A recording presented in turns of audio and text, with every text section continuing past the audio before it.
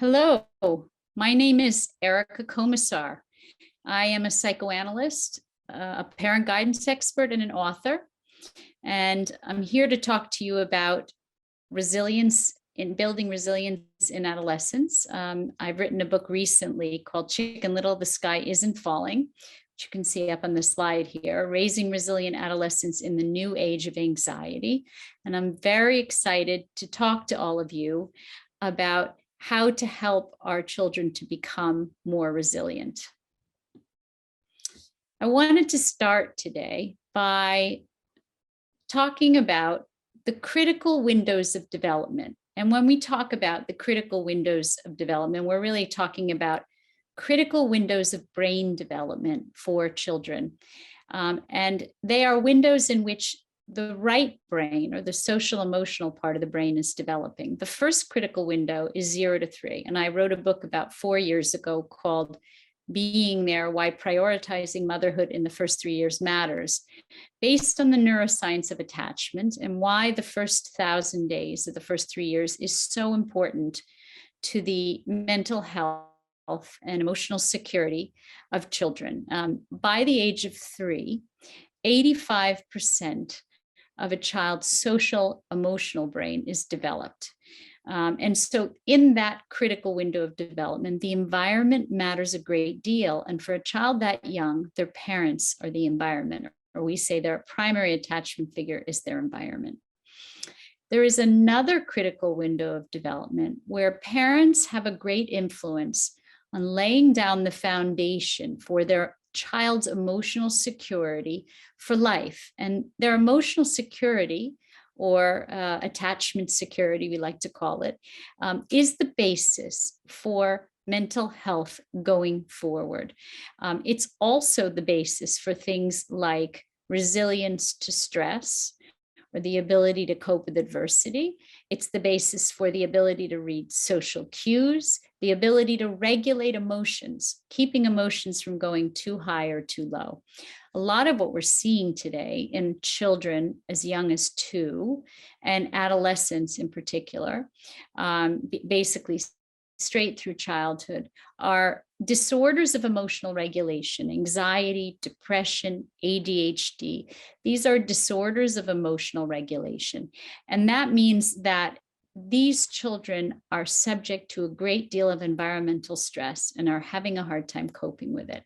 But the second critical window of brain development is 9 to 25, or what we call adolescence. In the old days, we used to think about adolescence as being, 12 to 19, the teen years.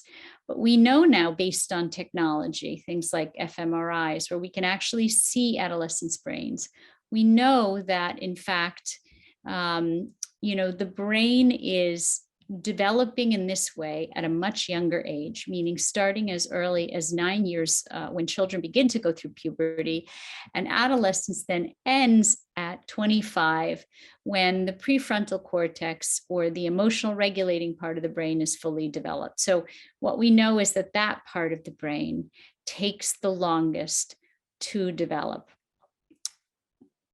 So we know that adolescence is a traumatic period.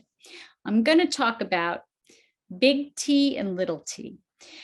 Adolescence is traumatic in a little t way, even though the T on this slide is a big T, just for the purpose of being grammatically correct. But adolescence is traumatic in a normal way, even if everything goes well. You have puberty, which is the beginning of hormone shifting. You have the physical body is shifting, the social scene is shifting.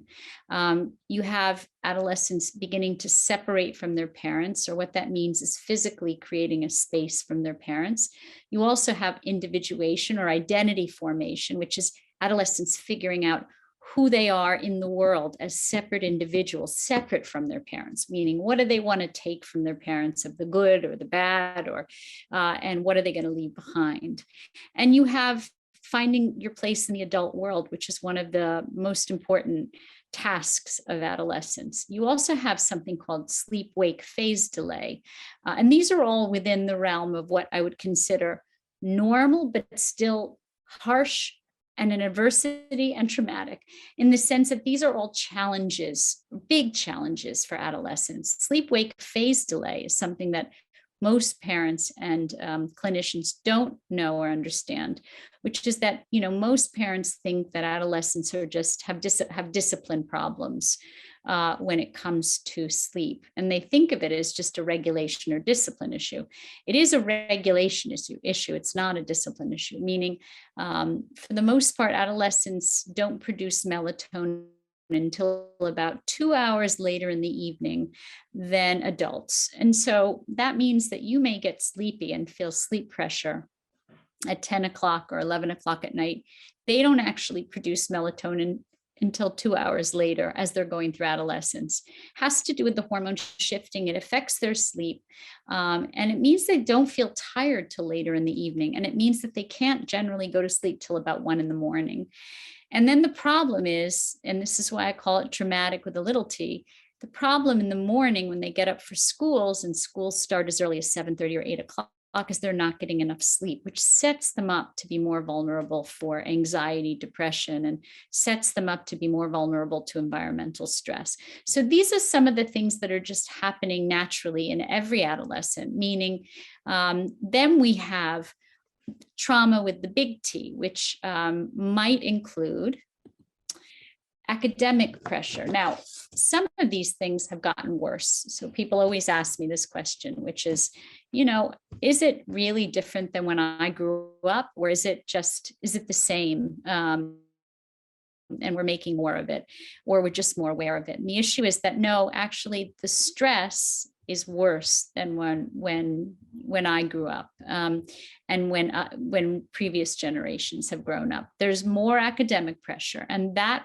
has to do with the fact that we have focused with children, because it's become a very competitive world, right? We know that there's more kids vying for the same, we say more mice vying for the same cheese. And so that means that there's more academic pressure, more pressure on them for high achievement, material success, making money, and there's more sensory overload. We know with technology that there's just a higher pitch of sensory overload and overstimulation, more violence, more sex. There's an increase of drug availability. I mean, there has always been drug availability, but the drugs are stronger. So everything is amped up just that bit more. Social media and the focus on superficiality and perfection. There's more virtual than real connections, which is really, we're social creatures, so we need to interact with people in person, which has made COVID really hard on adolescents in particular.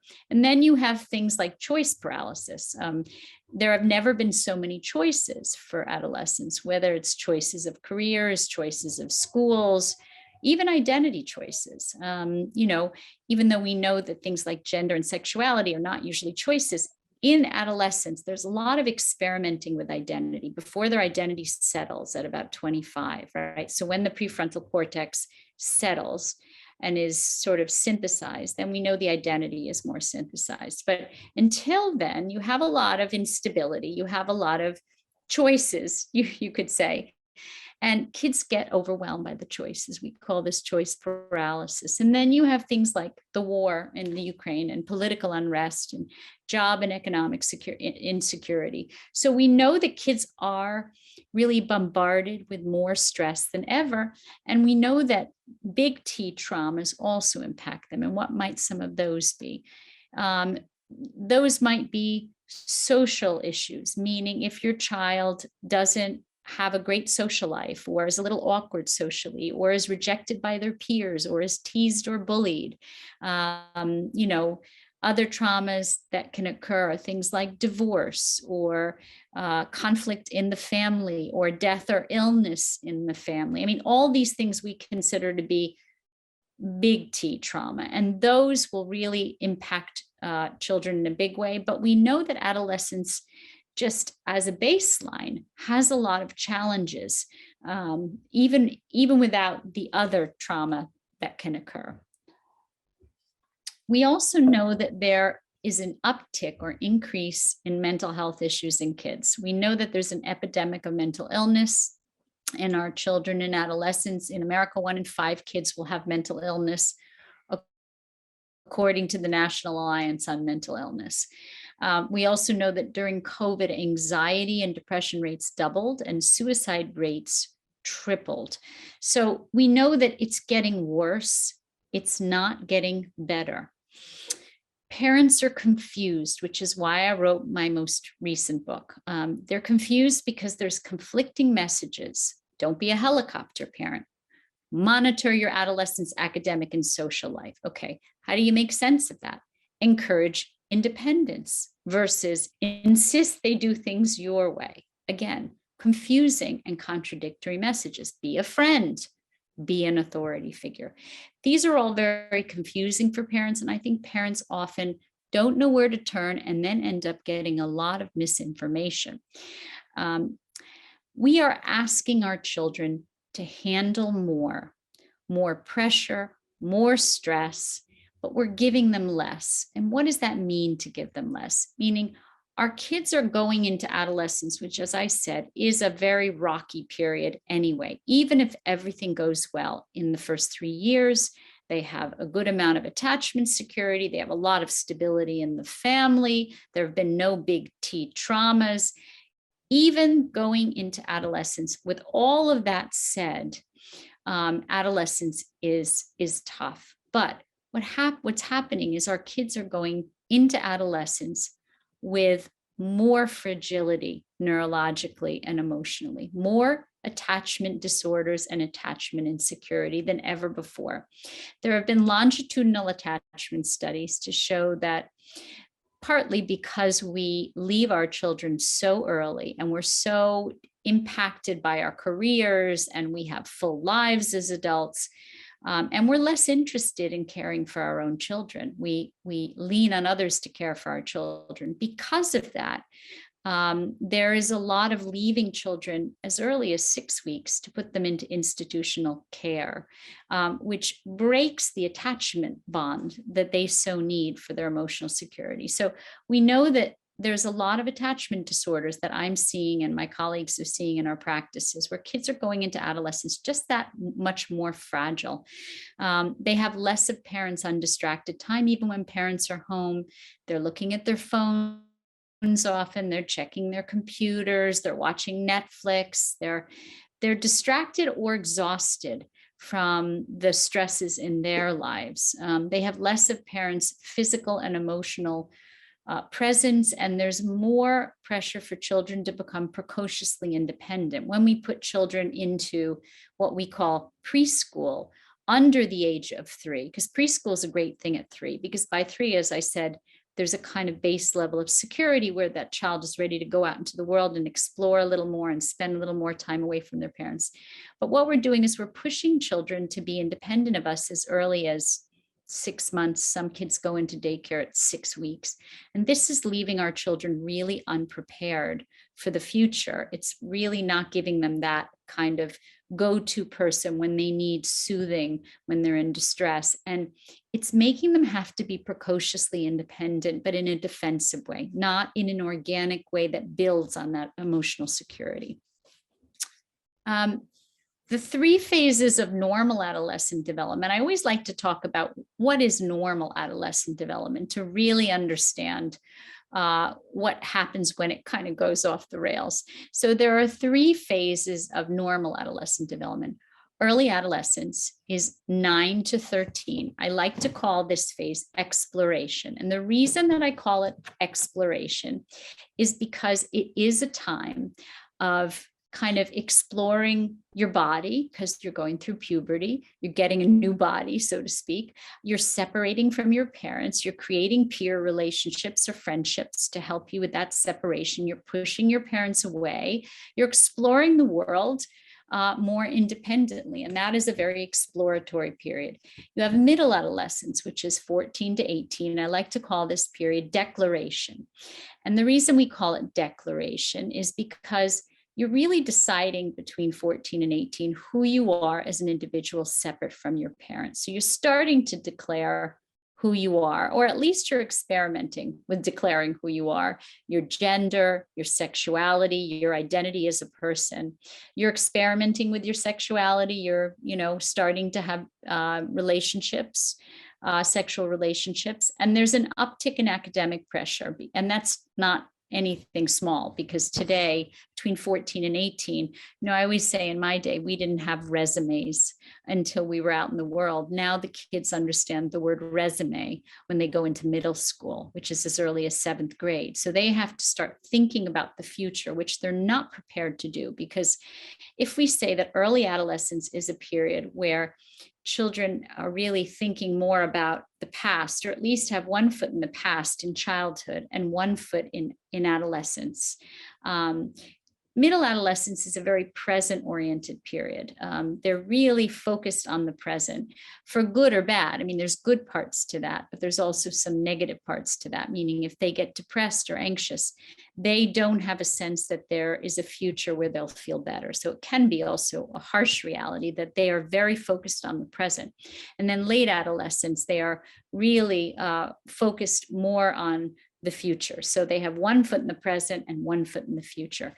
But in middle adolescence, it's really very kind of present oriented. And as I said, that makes things like academic pressure more intense, because they can't see the light at the end of the tunnel, that this academic pressure has a limit to it. They'll get out of this tunnel. It won't feel so bad after. They just feel claustrophobic in that tunnel.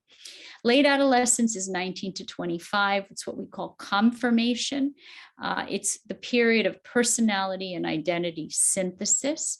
That's when everything comes together. As I said, the brain development kind of has a closure period of about 25.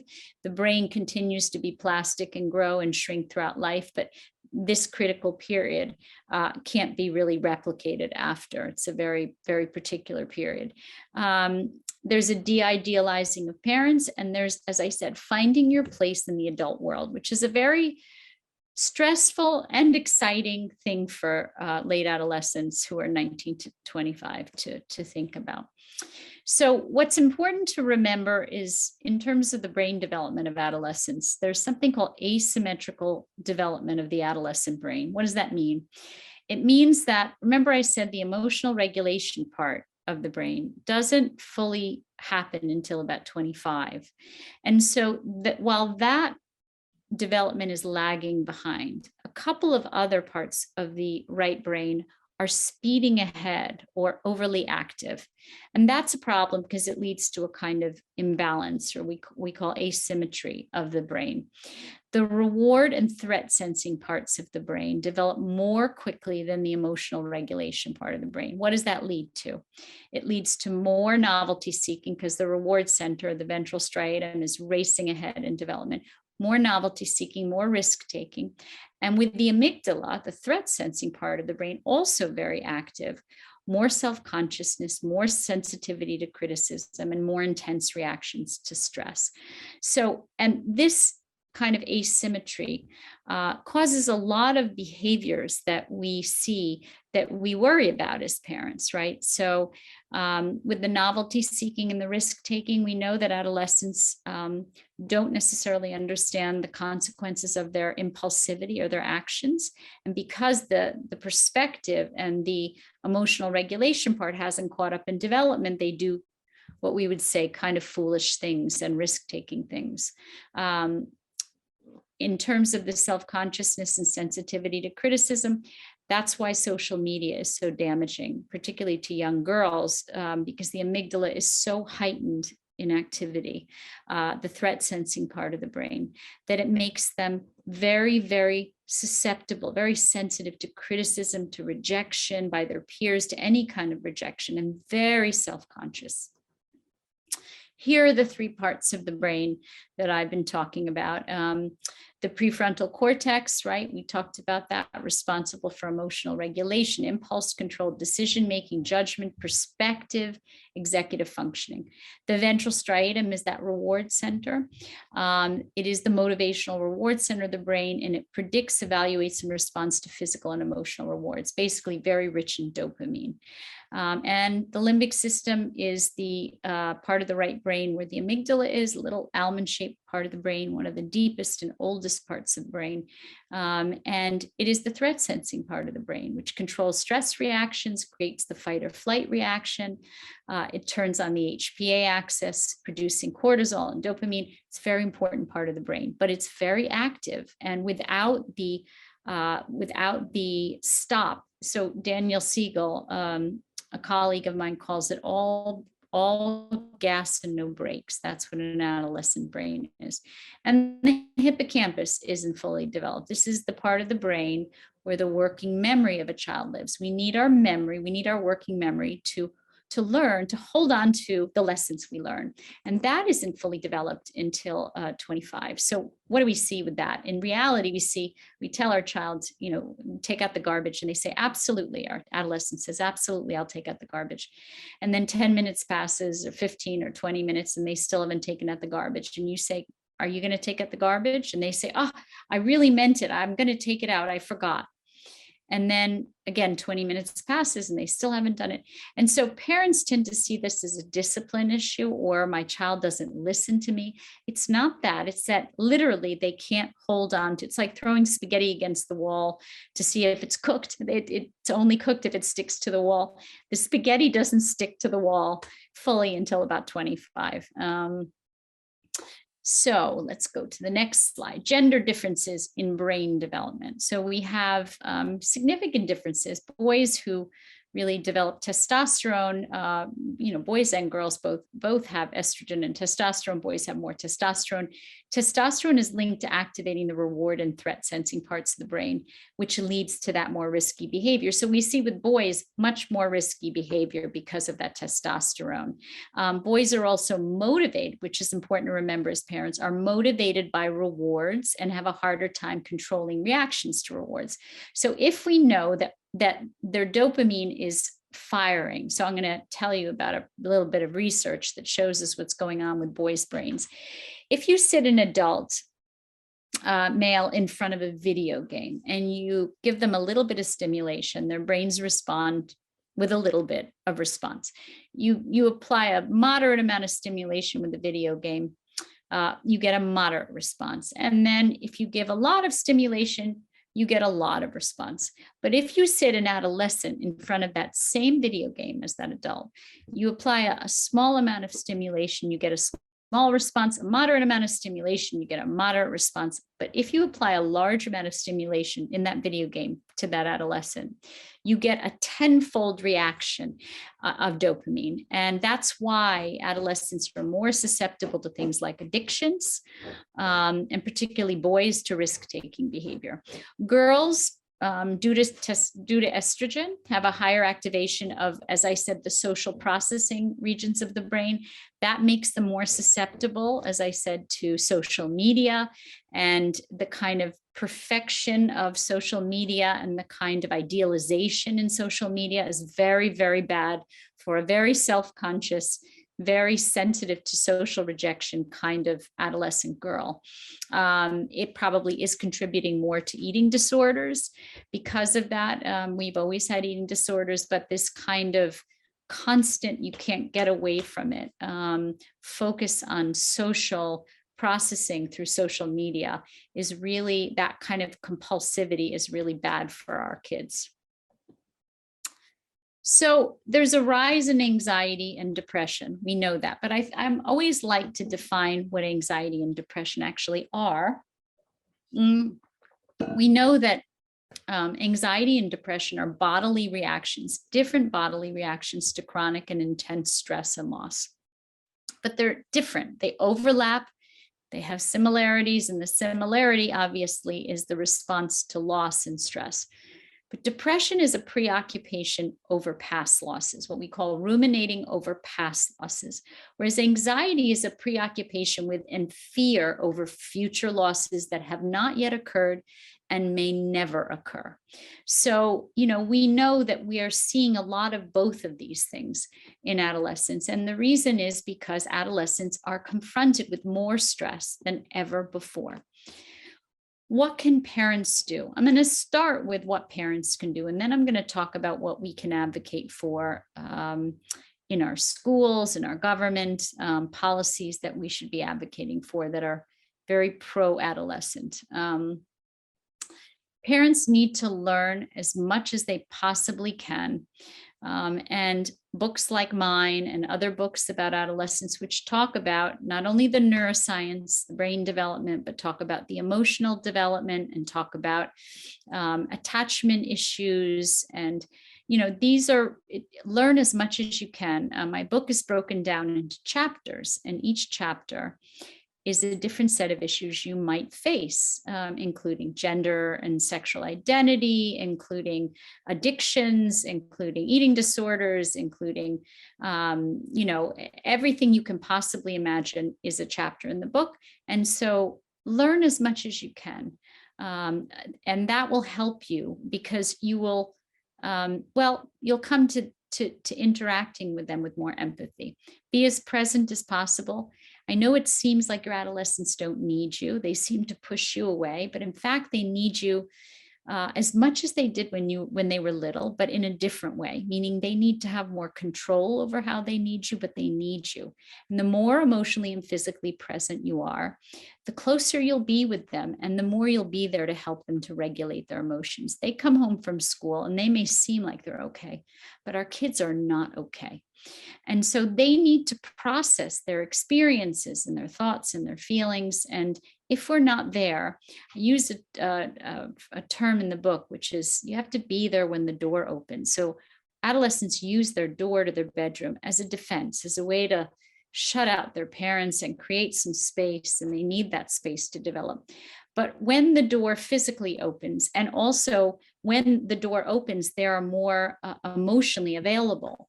That is the opportunity to connect with them and talk about their day and ask open-ended questions and listen to them and really know them. If you're not there because you're busy or at work or whatever, and you come home and you knock on their door and the door is closed, you may have success, but you most likely won't. They'll answer your questions with fine, good, I have to do my homework now, mom or dad. So be as present as possible. You're more likely to be there when they come upstairs, when they have a snack, when they're coming up for a meal, when they're, going to the bathroom, and you have that little opportunity to really connect with them. Self-awareness, so important. We can't parent them without understanding that anxiety and depression and all these disorders are passed down from generation to generation. Neurotically, we say neurotic repetition. We pass down what was done with us, I should say, which was done to us by our parents, unless we're very self-aware. And we do tend to repeat. So how we were raised, we tend to raise our children unless we're self-aware. And a lot of us have had a lot of pain in our childhood. And the more self-aware you are, the greater the chance that you will not make the same mistakes with your own children. And, we know that therapy is no longer something that is just for the few, it's for the many. It is more available, it is more affordable. And this is one of the greatest reasons to turn to a therapist when you're parenting, to really explore your own childhood and make sure that you've resolved a lot of the conflicts you had with your mother and father, so you don't end up repeating some of their mistakes. Self-regulation. If you're not able to regulate your own emotions as a parent, it is unlikely you will be able to get your child to. They model after you. They watch you. They listen to you. They see everything and hear everything. Patience and frustration tolerance is inherited. And we call it inheritance of acquired characteristics. It is not genetically passed down. It is passed down through experience and relationally. Empathy and sensitivity. The more empathic you are, the less judgmental you are of your children. The more you listen, the more you try to put yourself into their shoes emotionally, the closer you will be to your child. We call it mentalizing, which is using your imagination to imagine what they're feeling or what they're experiencing and putting it into words. And oftentimes, what you don't want to say is, why. You don't want to ask the question why of children, because often they can't answer that question. In fact, most adults that come to my practice can't answer that question. So we don't want to ask the question why. We want to ask open-ended questions that let them tell us how they're doing. How are you feeling? What were you thinking today? How, and then know enough about their life to ask specific questions like, how was the math test? How did you feel about it? Or, but you want to use your knowledge of them and your imagination to put into words what they may not be able to do themselves. I wonder if you look a little sad. I wonder if you're sad because you took that math test and you're tired, or you're feeling disappointed, or that's mentalizing. Reflection or mirroring their feelings is critical to knowing someone. When we identify what someone else might be feeling, because we read their body language and we can see their social cues, and we listen to their words and their tone of voice, and we reflect that. So in other words, I can see that you're sad, or you look sad, or you seem upset, or you sound so angry. That is how we know someone, and that's how they feel known by us. What else can parents do? Self-esteem matters. Self-esteem is really important. If you don't feel good about yourself, it's going to be, again, very difficult to raise a child with good self-esteem and who is resilient. Be a parent, not a friend. That's a big thing now. Parents think that if they drink alcohol with their kids and smoke weed with them and do drugs with them somehow, and hang with their friends, somehow their kids are going to be closer to them. In the end, kids need parents and friends, and they need both, but they don't need them to be the same. They need parents to be parents and be close to them, but be parental. And that means having some limits, having structures. So that means drinking with your kids and doing drugs with them is not what your kids need.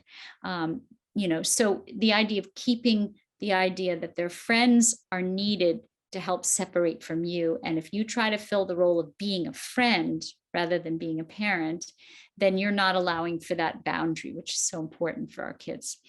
Be consistent. Nothing will make kids more neurotic than inconsistency, meaning if you go from 0 to 60 in 3 seconds with your anger, and then the next minute hug them and tell them you love them and then scream at them again, you're going to make your kids crazy, literally. That will create a borderline personality disorder. It really will. And so if you are prone to emotional volatility, again, I encourage you to go get help for yourself so you can prevent doing harm to your children. Flexibility and structure. Rigidity is a formula for mental health issues. So we want to have structure. Structure is important. Boundaries are important, but we need to be flexible too. And what I mean by that is you need to listen to your child and listen to the individuality of each situation with them and help them to grow that part of their brain that also is assessing, not just creating rigid structure, because if we just say no and create rigid structure, we're not teaching them to have a more flexible kind of structure. We have to be comfortable with saying no. Having said that, no is an important word, and setting limits is important, and sticking with it and feeling confident, again, within reason. Resilience to stress. If you are resilient, if you cope with adversity well, and you have really healthy coping mechanisms, not unhealthy ones, if you turn to alcohol and drugs and other things like that, if you have an eating disorder that helps you cope with stress, you're going to teach that to your children via your behavior. So it's really important to show them healthy coping mechanisms, going to therapy, talking about your feelings, exercising, doing yoga, meditating, doing mindfulness training, on and on. Interdependence. It's important that we teach our children not to be, no man is an island. So we think that we want to teach children independence, but in fact, what we want to teach them is that it's healthy to lean on others when someone is around to lean on. And when someone isn't around to lean on, then it's important that you can also lean on yourself. That's more interdependence than independence. And lastly, on this slide is open communication. Be there when the door opens. Really important to be there when the door opens. Expressiveness of emotions. the healthiest way to be and the way to assure your own mental health is that you're comfortable expressing emotions and feelings. And if you have a home where people don't talk about their feelings because you are not comfortable talking about your feelings, then you are going to raise kids that are also not comfortable talking about their feelings. But if you raise your kids in an environment where it is open and where people talk about their anger and they express their sadness and they cry when they're sad and they, and it's out there, then that's a much healthier way to be. So again, being very self-reflective and self-aware about some of these things. Remember I said, take judgment out of things. Accepting your child is the greatest gift you can give your child, no matter how different they may be from you. Our children are not put on this earth to be like us. They are here as individuals and we have to accept them for who they are. And that is a real barrier against mental illness if we can accept them and love them for who they are. Healthy separation is as important as healthy attachment. My first book is all about attachment. And we know that's critical, but it's also about separation. Knowing when to let your children go and letting them go and not making them feel guilty because they're going is a very important part of helping to ensure the resilience and mental health of your children.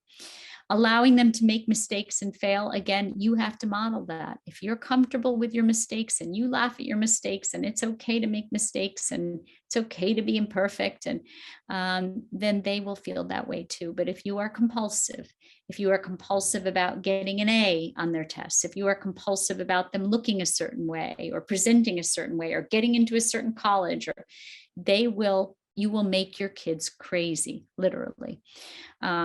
Care for yourself as a parent. Again, self-care is an important foundation for being able to care for others. It's the old put the oxygen mask on yourself in the plane. But it is important because a depleted parent is not an available parent. And get the help that you need to be the best parent you can be. Go talk to a therapist. And there are therapists who specialize in parent guidance. If you have questions about parent guidance, like me, who really see people not only for their individual issues, but also talk about these parenting issues because it's all intermingled, you see. And define what success means for your children. This is really important. Success, as we define it as a society, sadly, is defined by how good their grades are, what kind of college they get into, or what kind of job they get, or how much money they make. And we have to take all of that stuff and put it in perspective. All those things are lovely, but they aren't what make people happy in the end, and they aren't what make people successful. Relationships, healthy, loving relationships, loving yourself with all your limitations and all your warts. We say self-esteem is not just based on loving your strengths. It's also about embracing and accepting your weaknesses and your vulnerabilities and your limitations. So loving yourself, having healthy relationships, having a well-balanced life where you have time to relax. This is what success is. It is not as we define it narrowly and perversely in our society.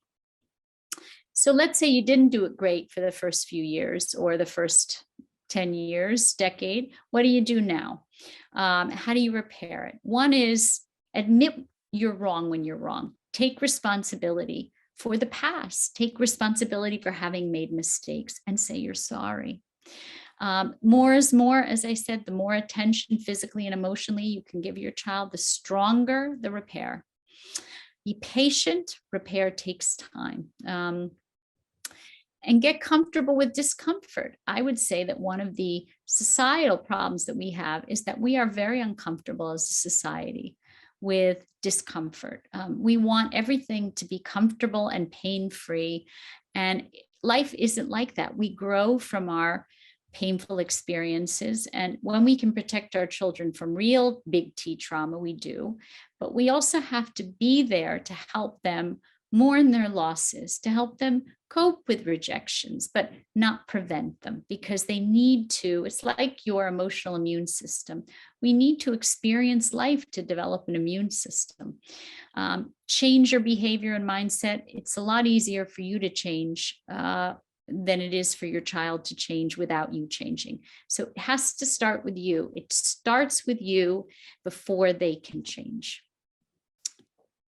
So what are some of the things I advocate for and think that parents can advocate for too? One is focusing, other than the things that we just talked about that you can do at home, is talking to your school about focusing more on social emotional skills. This builds resilience, really, and that could mean anything from mindfulness training to emotional check-ins in the mornings to having enough mental health workers in schools that kids have access to them. And having groups where kids can talk about different issues like divorce or social skills or socializing, or more focus and training on how to do nothing. We aren't good at doing nothing. We have to model for our kids that we are comfortable doing nothing. If we are manically always doing something, they will never learn to relax.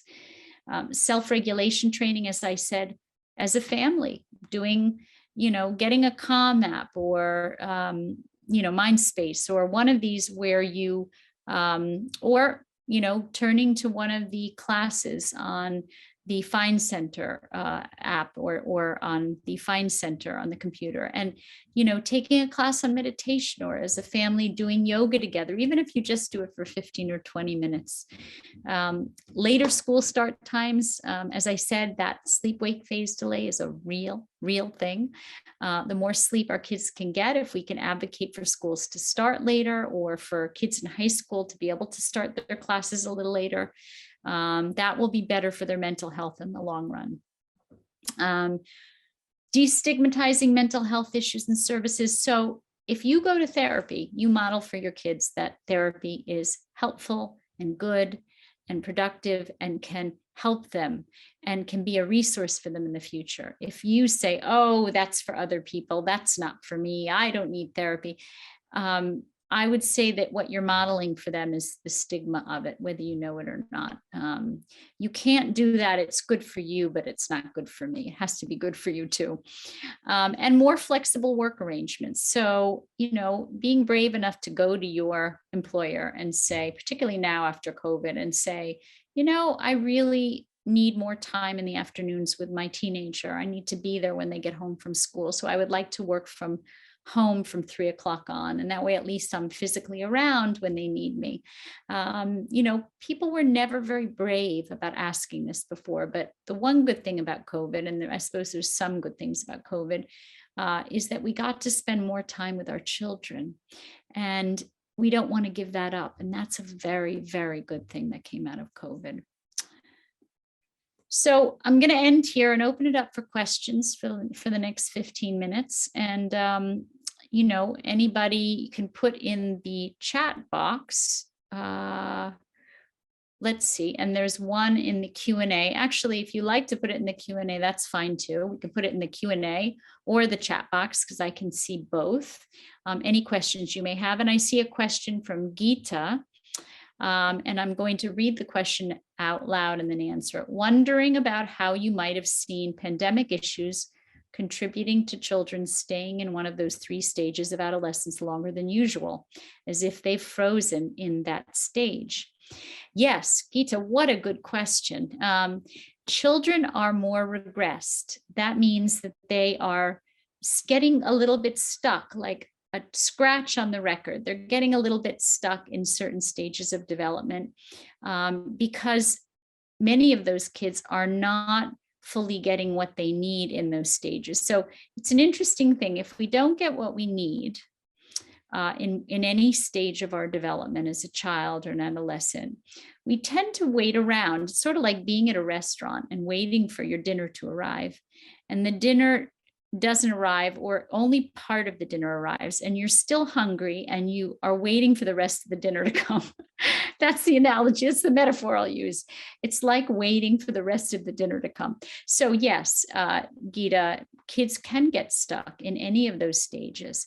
And if they do seem stuck, and by stuck, in my book, I list all the signs and symptoms of whether a child might be showing signs of stress. That could be depression, that could be anxiety, that could be agitation or distractibility.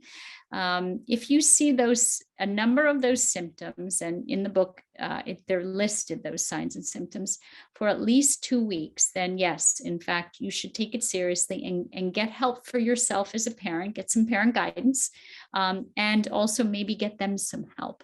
But yes, regression is one of the things that we use defensively as humans to cope when we are struggling to cope.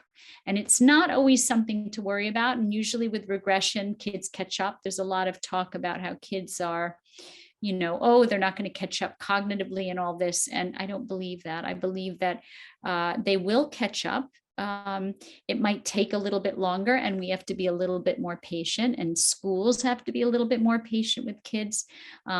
Kids are more probably emotionally dysregulated as a result of COVID. They are more socially awkward because of COVID. And so we do have to be more patient and not push them to grow up in a timeline that we have in our head. But yes, regression is part of having gone through some kind of loss or trauma. And I would call COVID a loss or trauma. Does anybody else have any questions?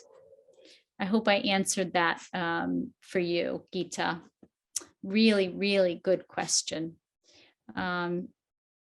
Does anybody else have any questions? Now would be the time to put your questions in the chat box or in the Q&A so I can answer them.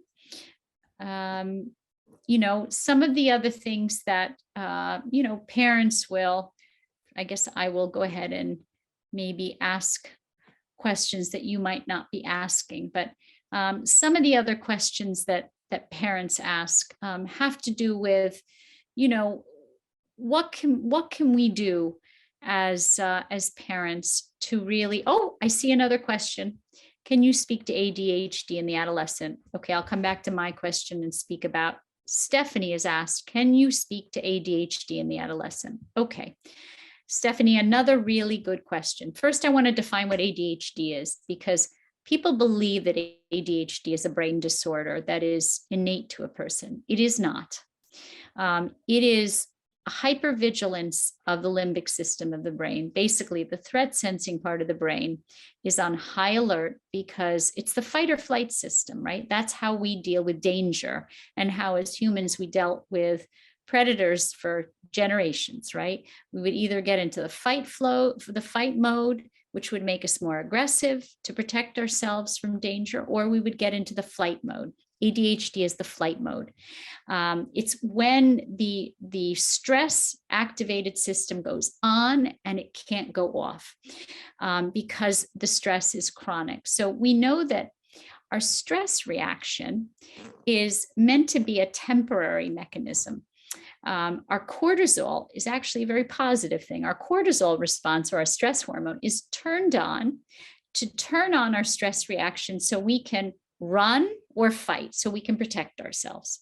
But then after the incident is over, we're meant to go back to a state of homeostasis. But what's happening now is that the stress is so chronic for kids. And we'll talk about little t trauma, the stress of academic pressure, of worrying about their whole lives at a point when they're only supposed to be worrying about what they're having for lunch, the stress of what's happening in the world around them, the stress of social media. All of these things are stressful, but they're not going away. They're chronic. And when stress is chronic, think about turning a light switch on in your kitchen and you leave it on and you don't turn it off until the light bulb finally burns out. And what happens is our stress system, our stress regulating system, actually burns out or shrivels up. The amygdala literally gets large and large and large prematurely and then shrivels up. And then we can't cope with stress. We don't have the resources to cope with stress. So we want to be careful that we are not putting too much stress on our children. That is so, so important to be aware of how much stress we put on our children, so they don't go into the flight mode and get stuck there. Because part of that cycle, that virtuous cycle, is that cortisol gets turned gets turned on, and then the hippocampus is meant to turn off the stress regulating system, and it doesn't now, because we basically are living in a constantly stressful world. So the more we can take the stress off our kids, whether it's not talking about grades and talking about relationships and happiness as a whole, and thinking about their lives holistically, and not talking about what kind of college they're getting into, and are they the best on the sports team, and really taking the pressure off of our kids. But ADHD is when the brain is on high alert for a stressful environment. And generally, when we reduce the stress, sometimes the ADHD can come back down to homeostasis, but sometimes it's like that light switch in the kitchen. You need to get professional help, but don't turn to drugs. Go to a psychodynamic, psychoanalytic psychotherapist. Go to a play therapist if you have a young child. Go to a talk therapist who is not a cognitive behavioral therapist, but is really a feelings therapist, who's going to talk about the origins of the stress, not just deal with the symptom. Think about, I always use this with women. I don't know if we have more women or men listening, but if you think about the idea of, well, you can shave hair, and if you shave hair, it grows back much thicker, or you can wax hair or electrolyze hair, which gets to the root. Think about psychodynamic psychotherapy as waxing or electrolysis, and think about CBT and drugs as shaving the hair, and where it grows back much thicker. So we have another question. Let's see. Could you speak more? Karimu Oliver says, could you speak a bit more on self-regulation and coping with stress and trauma at the hands of their parents or caregivers? Yes. So we want to be, very good question. We want to be as regulated ourselves as possible. We want to be calm. We want to be attentive. We want to be interested in them and their emotions. We need to help them to process not only their thoughts and their experiences, but their feelings. So that means asking questions when they're open to you about what they're feeling, what they're thinking about, how is their experience of school at the moment, what is their experience of their friends, and really being open so you are the go-to person where they can come and without judgment and without too much advice. So I will give you some advice as parents, which is try not to give too much advice unless they ask. Instead, listen more than you speak and reflect how they feel. So if they come to you with a story about their friends who were always their good friends turning away from them and turning towards other friends, and how painful it is, really saying, I can hear how painful this is for you. Don't try to correct it for them or make it go away, but listen and be as empathic and sensitive as you can. And I got another comment saying, when they're open to you, this is key. And yes, it is, but you can only expect them to be open with you if you are present for them when they are open. So I'll say this, parenting adolescents is on their terms, not your term. And that's hard for parents because they want it to be on their time and their terms. You know, I'm here now, I'm ready to communicate and I'm open, and the door, can't you open the door? The more you're there and the more sensitive and non-judgmental and empathic you are when you're there, the closer your kids will be to you. But that constant moment, when our kids are 0 to 3, we are helping to soothe them from moment to moment. That develops their emotional immune system, their resilience to stress in the future. That helps them to learn to regulate their emotions by counting on you as their environment, to be there to help them to regulate sadness, anger, fear, distress, excitement. We give them the tools to do it for themselves after the age of 3. It's the same in adolescence. If we're there for them between 9 and 25 as much as possible and help them to process, being parents are like the pancreas or the liver or the kidneys of a person. They help to process so the person can be healthy, right? They're the filters. That's what we are as parents. Are there any other questions before we kind of wrap it up? Any other questions before we wrap it up? So these were wonderful questions. And just so you know, in my book, I have a chapter on ADHD. I have a lot of information on regulation and different examples of how to help regulate your children. And there is some evidence of COVID in the book because it was written before COVID, but a lot of things about COVID were added to the book. So, you know, I would say a lot of your wonderful questions, you can find more depth to my answers in the book itself. And does anybody else have any questions before we stop for today? Anybody else? So I will sort of, let's see, I will sort of wrap it up by saying to you that, well, first of all, thank you for coming today. I know you have a lot of choices that you can make about workshops you can take and classes you can listen to and books you can buy and speakers. But I thank you for coming and being part of today. And, you know, I would say that if I was to say one thing that you can take away from today, it is that it is not too late to help your children to become emotionally secure, resilient individuals. You have this critical window of 9 to 25 where their brains are really doing a lot of reorganizing and pruning, and all those brain cells that were growing in the first sort of decade of their lives, there's a lot of reorganizing, and you have a lot to do with how their what their brain actually will look like in the long run. And so take that opportunity to be as physically and emotionally present for your children as possible. It goes very quickly, and before you know it, they will be off, and use this wonderful critical window of development to really create that emotionally secure, resilient child that will be an emotionally secure and resilient adult. So I thank you for coming today. And there's still a chance for one more question if you want it. Otherwise, I would say I wish you the best of luck, but it's not luck raising children. It really is intentionality. As I said, knowledge, intentionality, a lot of self-awareness, and a lot of hard work. It is really, really hard work to raise a child, and probably even harder work to raise an adolescent. So I admire all of you in your process, and thank you for being here today.